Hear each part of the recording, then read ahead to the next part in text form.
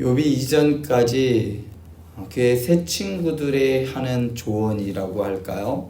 새 친구들의 이야기 혹은 권고 이것들을 기다며 드리려 하지 않자 엘리바스는 이제 욥이 처한 상황, 그러니까 욥이 극심한 고통 가운데 있다는 것, 그러한 상황을 개의치 않고 어떻게든 욥을 한번 그의 잘못된 생각을 바꾸려고 합니다.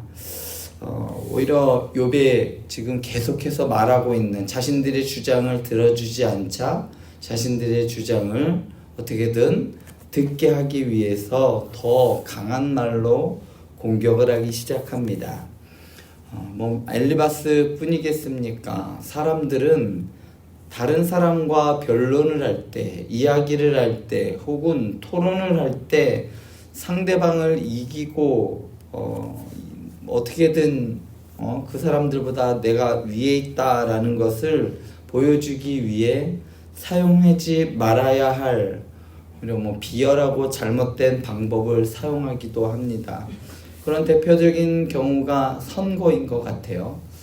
선거 후보자 토론을 보면 아주 가관이 아니죠. 토론을 한다고 했는데 상대방이 잘못된 것만 수두룩하게 얘기를 하는 건 우리를 볼 수가 있어요. 어떻게든 상대방이 잘못된 점을 후벼 파서 그것을 부각시켜서 내가 더 괜찮은 사람이다 라는 것을 보여주려고 하는 것이죠.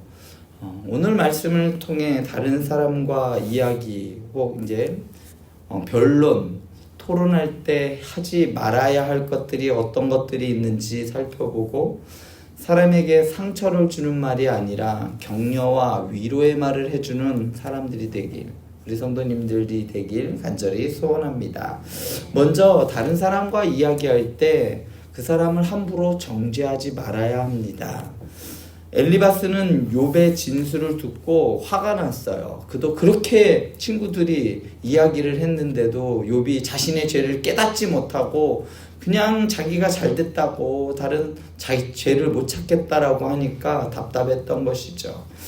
그는 욥의 진술이 전혀 도움이 되지 않는 무익하고 헛된 지식이고 어리석은 자의 대답이라고 말합니다. 또한 욥의 진술 자체가 욥을 정죄한다라고 단언합니다. 엘리바스는 재앙을 당한 욥을 위로하기 위해 찾아온 친구죠. 어려운 일을 당하고 형제들도 다 죽고 지금 욥의 형편이 말이 아니래, 이 소문을 듣고 욥을 위로하러 온 친구인데 욥의 말에 욥이 지금 하고 있는 이야기들이 자기의 생각과 다르다고 해서 욥을 악으로 규정하고 정죄하고 있는 겁니다. 어찌 보면 사람들은 다 불완전한 동물이죠. 약점이 한두 개 없는 사람이 어디 있겠어요. 자신은 자기의 약점을 아는 사람도 있지만 모르지만 다른 사람들은 다 알고 있는 그 사람의 약점이 있습니다. 즉 완전한 사람은 없다는 이야기죠. 따라서 다른 사람을 함부로 정죄하는 것은 하나님의 자리에 앉으려는 교만에서 비롯된 악한 행동입니다. 다른 사람의 잘못된 것을 사람들에게 이야기하거나 너 이런 것들을 잘못했어 라고 하면서 정죄하는 것, 이것은 바로 하나님 자리에 앉는 아주 교만한 나쁜 행동이라는 겁니다. 유다서 9절을 보면 이렇습니다. 전사장 미가엘이 모세의 시체에 관하여 마귀와 다투어 변론할 때에 감히 비방하는 판결을 내리지 못하고 다만 말하되 주께서 너를 꾸짖기를 원하노라 하였거늘. 천사장 미가엘도 누구를 변론하는 것, 비방하는 것, 이러한 판결을 내리지 못했다라고 합니다. 왜냐? 그 판결은 결국 하나님이 하시는 일이기 때문에 자신은 다른 사람에 대하여 평가하거나 잘못됐다 단죄할 수 없다는 말입니다. 그래서 또한 야고보서 사도는 야고보서 4장 11절에서 형제들아 서로 비방하지 말라. 형제를 비방하는 자나 형제를 판단하는 자는 곧 율법을 비방하고 율법을 판단하는 것이라. 내가 만일 율법을 판단하면 율법의 준행자가 아니요 재판관이로다 라고 야고보 사도도 비판과 비방하지 말고 형제들 안에 서로 사랑하고 덮어주고, 이것을 야고보 사도도 말했던 것이죠. 성도들에게 서로를 비방함으로 스스로 각자 다 자기 옳은 대로 판단하고 결정하고 이런 착각을 하지 말라는 이야기입니다. 예수님도 마태복음 7장 1절에서 2절에서 서로 비판하지 말라고 말씀하시면서 남을 비판한 그 비판으로 너 자신도 비판을 받게 될 것이다. 너가 다른 사람을 판단하여 정죄한 것, 그것이 돌아서 다른 사람도 너를 비방하고 비판하고 판단할 것이다 라고 경고하셨던 것이죠. 지체를 향한 권면이나 가르침이 책망이나 훈계로 이어지지 않도록 스스로 절제하는 성도가 되어야 하는 겁니다. 권면과 정죄는 한 끗 차이예요. 무슨 차이일까요? 권면과 비방의 차이는요, 그 안에 그 사람을 위한 존중과 사랑이 있으면 권면이 되는 것이고, 그것이 없으면 비판이 되는 겁니다. 이 성도가 이렇게 해서 잘못된 길로 가고 있는데 이 성도가 하나님 앞에 바로 세워졌으면 좋겠다라는 그러한 마음이 있다면 그것은 권면이 되는 겁니다.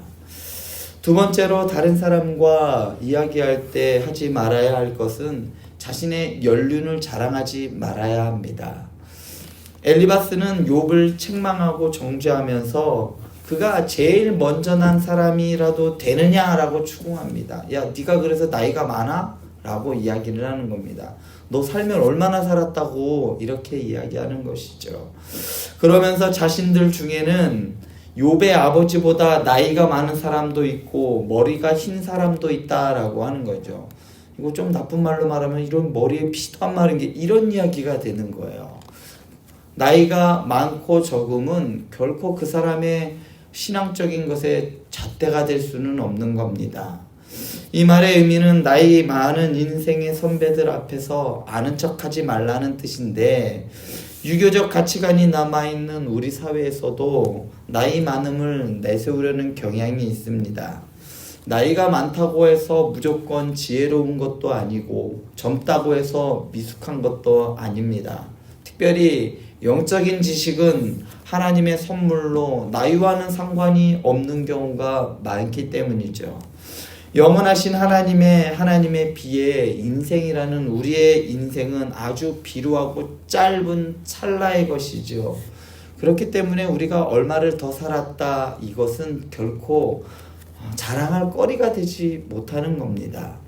성도는 나이와 연륜을 내세우는 것이 아니라 영적인 지식을 서로 나누고 서로에게 배우며 가는 것이 성도인 겁니다. 하다못해 유치부에 있는 어린아이에게도 배울 점이 있는 거예요. 그들의 순수함이 있고 앞에서 말하는 전도사님의 말을 그대로 받아들이는 아이들이 있더라고요. 아니요, 아이들은 대부분 그렇습니다. 그런 것들을 우리는 또 배워야 할 것들이 있고요. 또 세 번째로, 우리가 성도들 간에 이야기할 때 하지 말아야 할 것은 하나님의 이름을 함부로 도용하는 것을 하지 말아야 합니다. 엘리바스는 욥을 책망하기 위해 하나님의 이름을 자의적으로 도용합니다. 이것을 우리는 하나님의 이름을 망령되이 일컫는다라고 말하죠. 욥이 하나님의 위로와 은밀한 말씀을 하찮게 여기고 하나님께 분노를 터뜨리며 입을 놀린다라고 책망을 하고 있어요. 또한 하나님이 악을 저지르기를 물마심같이 하는 악인을 용납하지 않는다라고 오늘 말씀에서 말하면서 하나님이 너를 용납하지 않을 거야. 너같이 죄를 그냥 물 먹듯 하는 인간은 하나님이 가만 놔주시지 않을 거야 라고 장담을 하고 있습니다. 그러나 이는 하나님의 뜻과는 상관이 없는 그냥 그의 일방적인 주장일 뿐입니다. 이처럼 신자들 가운데 자신의 주장을 관철시키기 위해 하나님의 뜻이다라고 합리화하면서 하나님의 이름을 함부로 사용하는 사람들이 있습니다. 아까도 말씀드렸듯이 이것은 하나님의 이름을 망령되이 일컫는 것으로 십계명에서도 너무 강력하게 금하고 있는 것이지요. 성도는 자신을 드러내기 위해 하나님의 이름을 함부로 사용하는 죄를 범하지 말고 항상 하나님께 대한 경외심을 가지고 겸손히 행해야 하는 것이죠. 타인을 함부로 정죄하고 비판하는 비판하는 자는 근본적으로 하나님과 사람 앞에 자신을 과대평가하는 교만한 사람입니다. 다른 사람에게 당신 이렇게 하면 안 돼 라는 이런 이야기를 할 때에 사랑이 없다면 내가 너보다 더 우월해, 나는 너보다 더 신앙생활을 잘해 라는 이러한 말이 그 밑바닥에 깔려있기 때문이죠. 이러한 자는 결국 하나님께 정죄받을 수밖에 없습니다. 성도는 언제나 하나님과 사람 앞에서 겸손한 자세를 보이고 믿음으로 덕을 끼치는 삶을 살아가야 하는 겁니다.